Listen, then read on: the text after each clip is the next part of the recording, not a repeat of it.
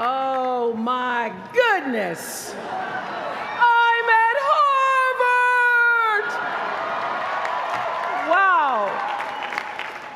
To President Faust, my fellow honorands, Carl, that was so beautiful. Thank you so much. And James Rothenberg, Stephanie Wilson, Harvard faculty, with a special bow to my friend, Dr. Henry Louis Gates. All of you alumni, with a special bow to the class of '88 and your $115 million.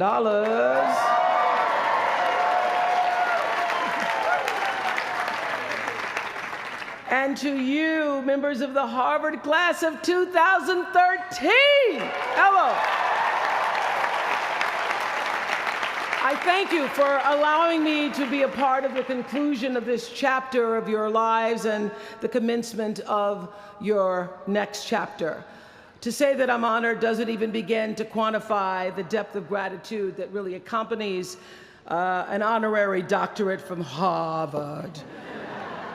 Not too many little girls from rural Mississippi have made it all the way here to Cambridge, and I can tell you that I consider today, as I sat on the stage this morning, getting teary for you all and then teary for myself, I consider today a defining milestone in a very long and a blessed journey.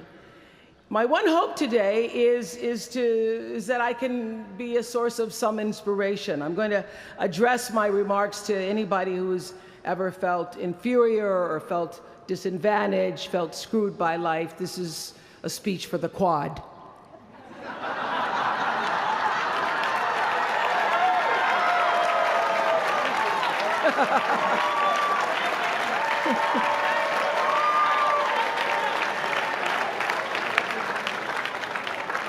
Actually, I was so honored. I wanted to do something really special for you. I wanted to be able to have you look under your seats and there would be free master and doctorate degrees. But I see you got that covered already. I will be honest with you. I felt a lot of pressure over the past few weeks to come up with something that I could share with you that you hadn't heard before, because after all, y'all went to Harvard, I did not. But then I realized that you don't have to necessarily go to Harvard to have a driven, obsessive, type A personality, but it helps. And while I may not have graduated from here, I admit that my personality is about as Harvard as they come. You know, my television career began unexpectedly. As you heard this morning, I was in the Miss Fire Prevention contest. That was when I was 16 years old in Nashville, Tennessee, and you had the requirement of having to have red hair in order to win, up until the year that I entered. So they were doing the question and answer period, because I knew I wasn't going to win in the swimsuit competition. So during the question and answer period, the question came, "Why, young lady, what would you like to be when you grow up?" And by the time they got to me, all the good answers were gone. So I had seen Barbara Walters on the Today Show that morning, so I answered, "I would like to be a journalist. I would like to tell other people's stories in a way that makes a difference in their lives and the world." And as those words were coming out of my mouth, I went, "Whoa, this is pretty good. I would like to be a journalist. I want to make a difference." Well, I was on television by the time I was 19 years old. And in 1986, I launched my own television show with a relentless determination to succeed. At first, I was nervous about the competition, and then I became my own competition, raising the bar every year, pushing myself as hard as I knew. Sound familiar to anybody here? Eventually, we did make it to the top, and we stayed there for 25 years. The Oprah Winfrey Show was #1 in our time slot for 21 years, and I have to tell you, I became pretty comfortable with that level of success. But a few years ago, I decided, as you will at some point, that it was time to recalculate, find new territory, break new ground. So I ended the show and launched OWN, the Oprah Winfrey Network. The initials just worked out for me. So 1 year later, after launching OWN, nearly every media outlet had proclaimed that my new venture was a flop. Not just a flop, but a big, bold flop, they call it. I can still remember the day I opened up USA Today and read the headline, "Oprah not quite standing on her own." I mean, really, USA Today, now that's the nice newspaper. It really was, this time last year, the worst period in my professional life. I was stressed and I was frustrated, and quite frankly, I was embarrassed. It was right around that time that President Faust called and asked me to speak here, and I thought, you want me to speak to Harvard graduates? What can I possibly say to Harvard graduates, some of the most successful graduates in the world, in the very moment when I had stopped succeeding? So I got off the phone with President Faust, and I went to the shower. It was either that or a bag of Oreos. So I chose the shower. And I was in the shower a long time, and as I was in the shower, the words of an old hymn came to me. You may not know it. It's by and by, when the morning comes. And I started thinking about when the morning might come, because at the time I thought I was stuck in a hole. And the words came to me, trouble don't last always, from that hymn. This too shall pass. And I thought, as I got out of the shower, I am going to turn this thing around, and I will be better for it. And when I do, I'm going to go to Harvard, and I'm going to speak the truth of it. So I'm here today to tell you, I have turned that network around.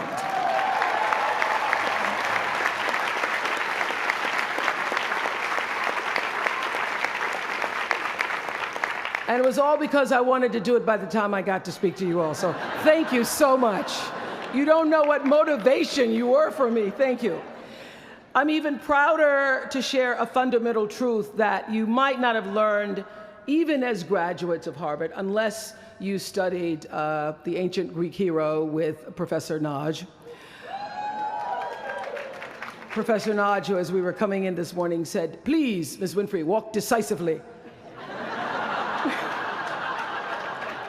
I shall walk decisively.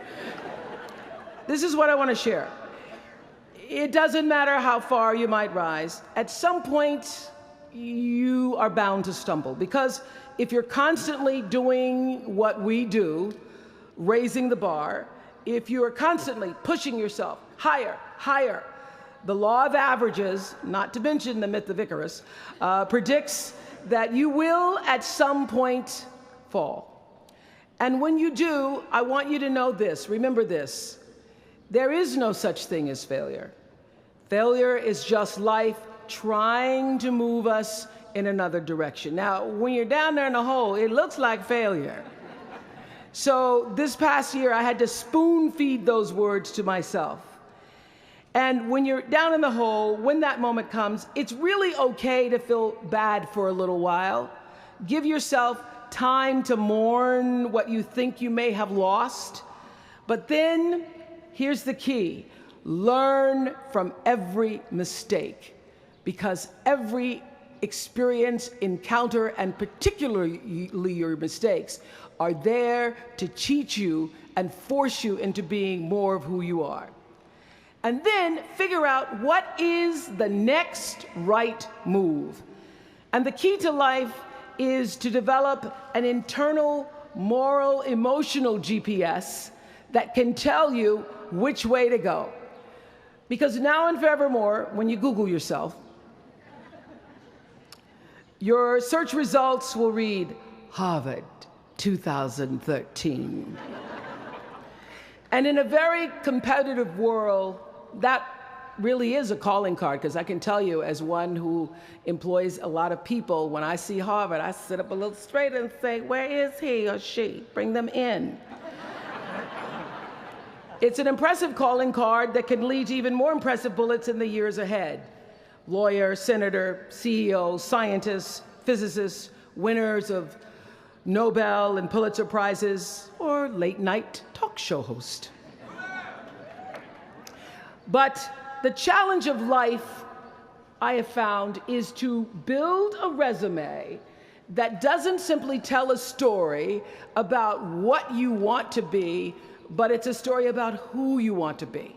It's a resume that doesn't just tell a story about what you want to accomplish, but why. A story that's not just a collection of titles and positions, but a story that's really about your purpose. Because when you inevitably stumble and find yourself stuck in a hole, that is the story that will get you out. What is your true calling? What is your dharma? What is your purpose? For me, that discovery came in 1994 when I interviewed a little girl who had decided to collect pocket change in order to help other people in need. She raised $1,000 all by herself, and I thought, well, if that little 9-year-old girl with a bucket and a big heart could do that, I wonder what I could do. So I asked for our viewers to take up their own change collection, and in 1 month, just from pennies and nickels and dimes, we raised more than $3 million that we used to send one student from every state in the United States to college. That was the beginning of the Angel Network. And so what I did was I simply asked our viewers, do what you can wherever you are, from wherever you sit in life. Give me your time or your talent, your money if you have it, and they did. Extend yourself in kindness to other human beings wherever you can. And together we built 55 schools in 12 different countries and restored nearly 300 homes that were devastated by Hurricanes Rita and Katrina. So the Angel Network, I've been on the air for a long time, but it was the Angel Network that actually focused my internal GPS. It helped me to decide that I wasn't just going to be on TV every day, but that the goal of my shows, my interviews, my business, my philanthropy, all of it, whatever ventures I might pursue, would be to make clear that what unites us is ultimately far more redeeming and compelling than anything that separates me. Because what had become clear to me, and I want you to know, it isn't always clear in the beginning, because as I said, I'd been on television since I was 19 years old. But around 94, I got really clear. So don't expect the clarity to come all at once, to know your purpose right away. But what became clear to me was that I was here on Earth to use television and not be used by it, to use television to illuminate the transcendent power of our better angels. So this Angel Network, it didn't just change the lives of those who were helped, but the lives of those who also did the helping. It reminded us that no matter who we are, or what we look like, or what we may believe, it is both possible and, more importantly, it becomes powerful to come together in common purpose and common effort. I saw something on the Bill Maher show recently that so reminded me of this point. It was an interview with David and Francine Wheeler. They lost their 7-year-old son, Ben, in the Sandy Hook tragedy. And even though gun safety legislation to strengthen background checks had just been voted down in Congress at the time that they were doing this interview, they talked about how they refused to be discouraged. Francine said this. She said, "Our hearts are broken, but our spirits are not. I'm going to tell them what it's like to find a conversation about change that is love, and I'm going to do that without fighting them." And then her husband David added this. You simply cannot demonize or vilify someone who doesn't agree with you, because the minute you do that, your discussion is over, and we cannot do that any longer. The problem is too enormous. There has to be some way that this darkness can be banished with light. In our political system and in the media, we often see the reflection of a country that is polarized, that is paralyzed, and is self-interested. And yet, I know you know the truth. We all know that we are better than the cynicism and the pessimism that is regurgitated throughout Washington and the 24-hour cable news cycle. Not my channel, by the way. We understand that the vast majority of people in this country believe in stronger background checks because they realize that we can uphold the Second Amendment and also reduce the violence that is robbing us of our children. They don't have to be incompatible.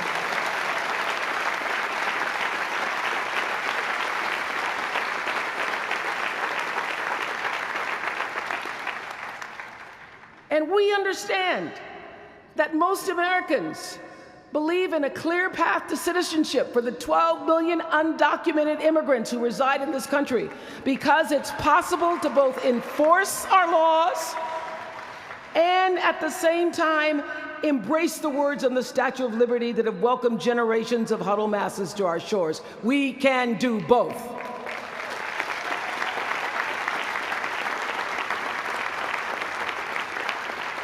And we understand, I know you do because you went to Harvard, that people from both parties and no party believe that indigent mothers and families should have access to healthy food and a roof over their heads and a strong public education.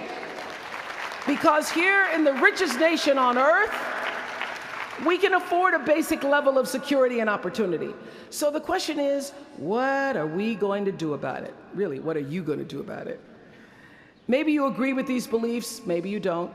Maybe you care about these issues, or maybe there are other challenges that you, class of 2013, are passionate about.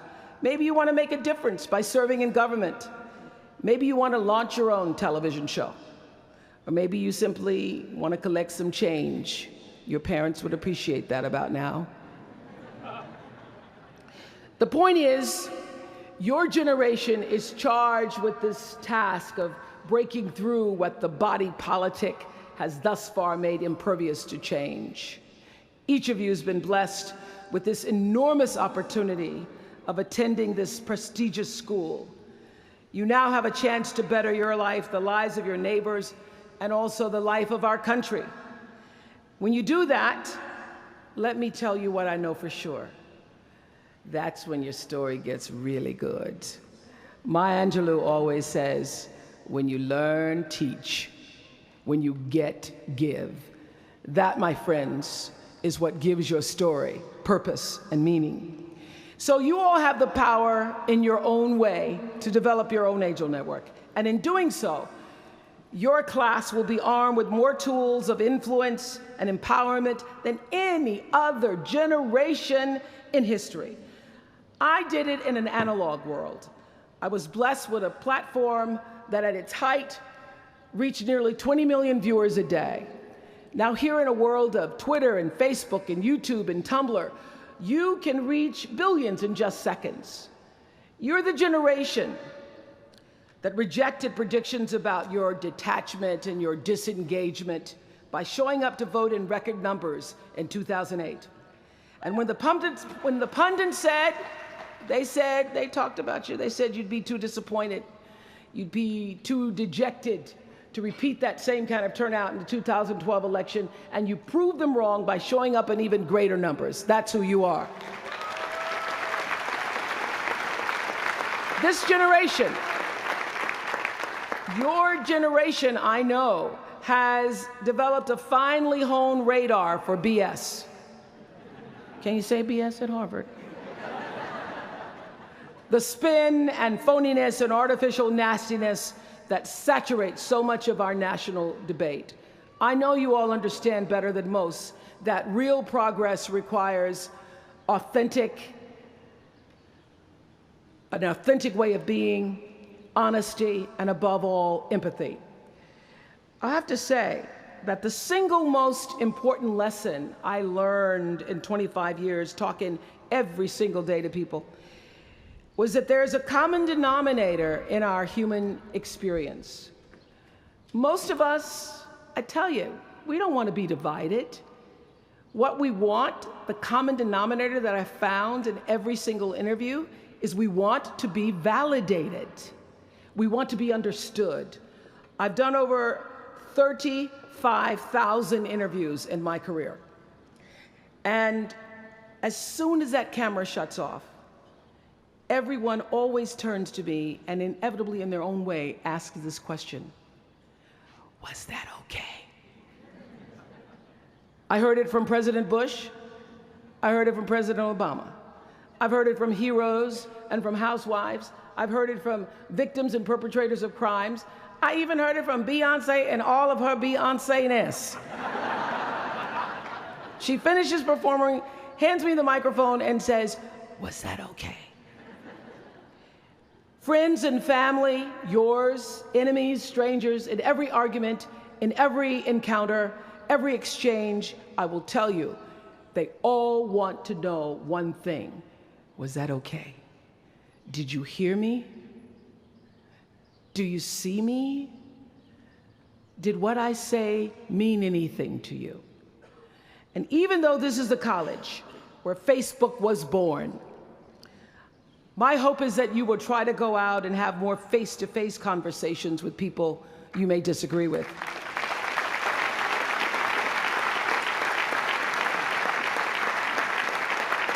That you'll have the courage to look them in the eye and hear their point of view, and help make sure that the speed and distance and anonymity of our world doesn't cause us to lose our ability to stand in somebody else's shoes and recognize all that we share as a people. This is imperative for you as an individual and for our success as a nation.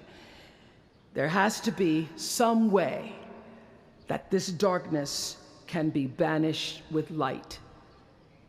Says the man whose little boy was massacred on just an ordinary Friday in December.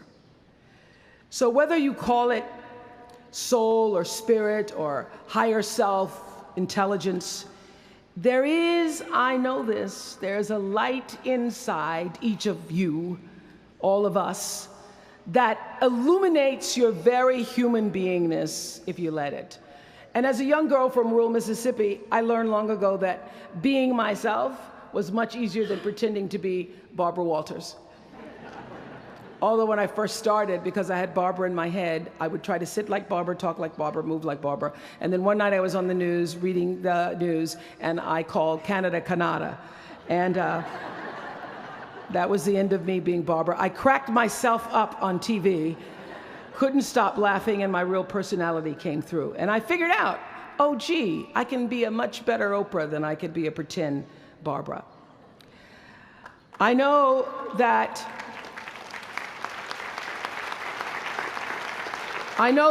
you all might have a little anxiety now and hesitation about leaving the comfort of college and putting those Harvard credentials to the test.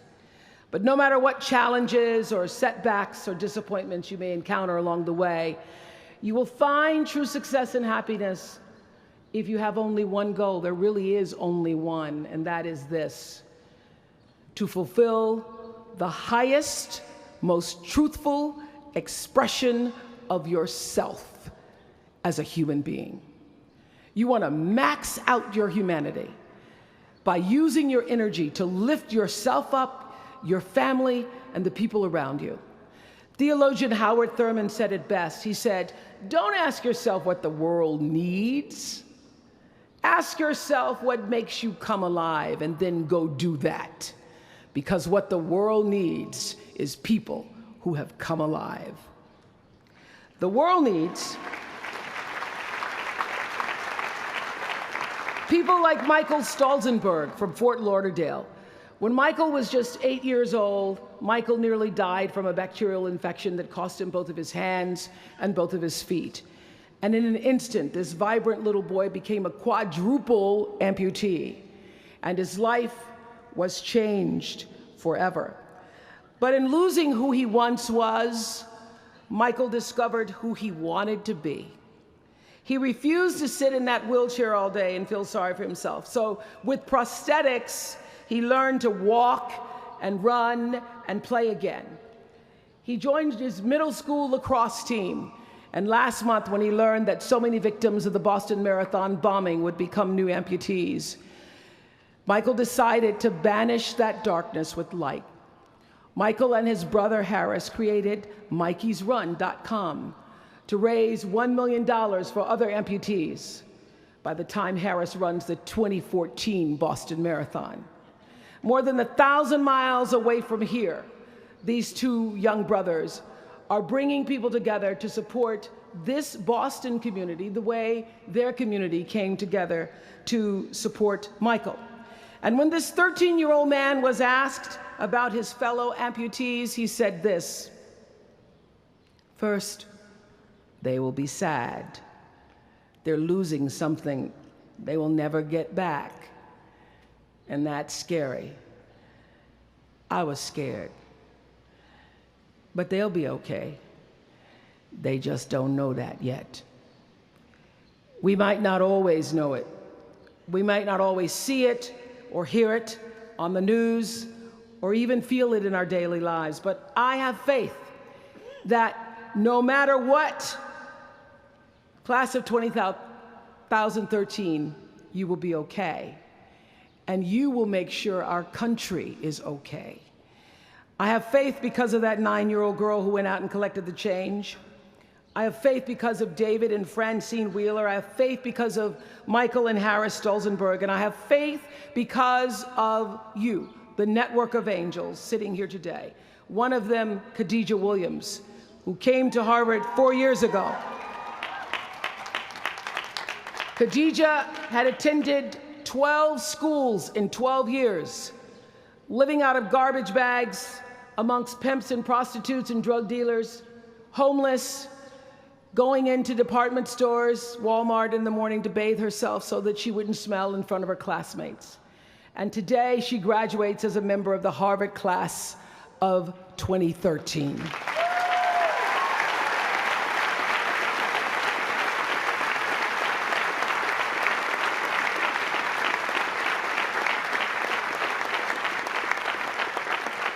From time to time, you may stumble, fall. You will for sure count on this. No doubt. You will have questions and you will have doubts about your path. But I know this: if you're willing to listen, to be guided by that still small voice that is the GPS within yourself, to find out what makes you come alive, you will be more than okay.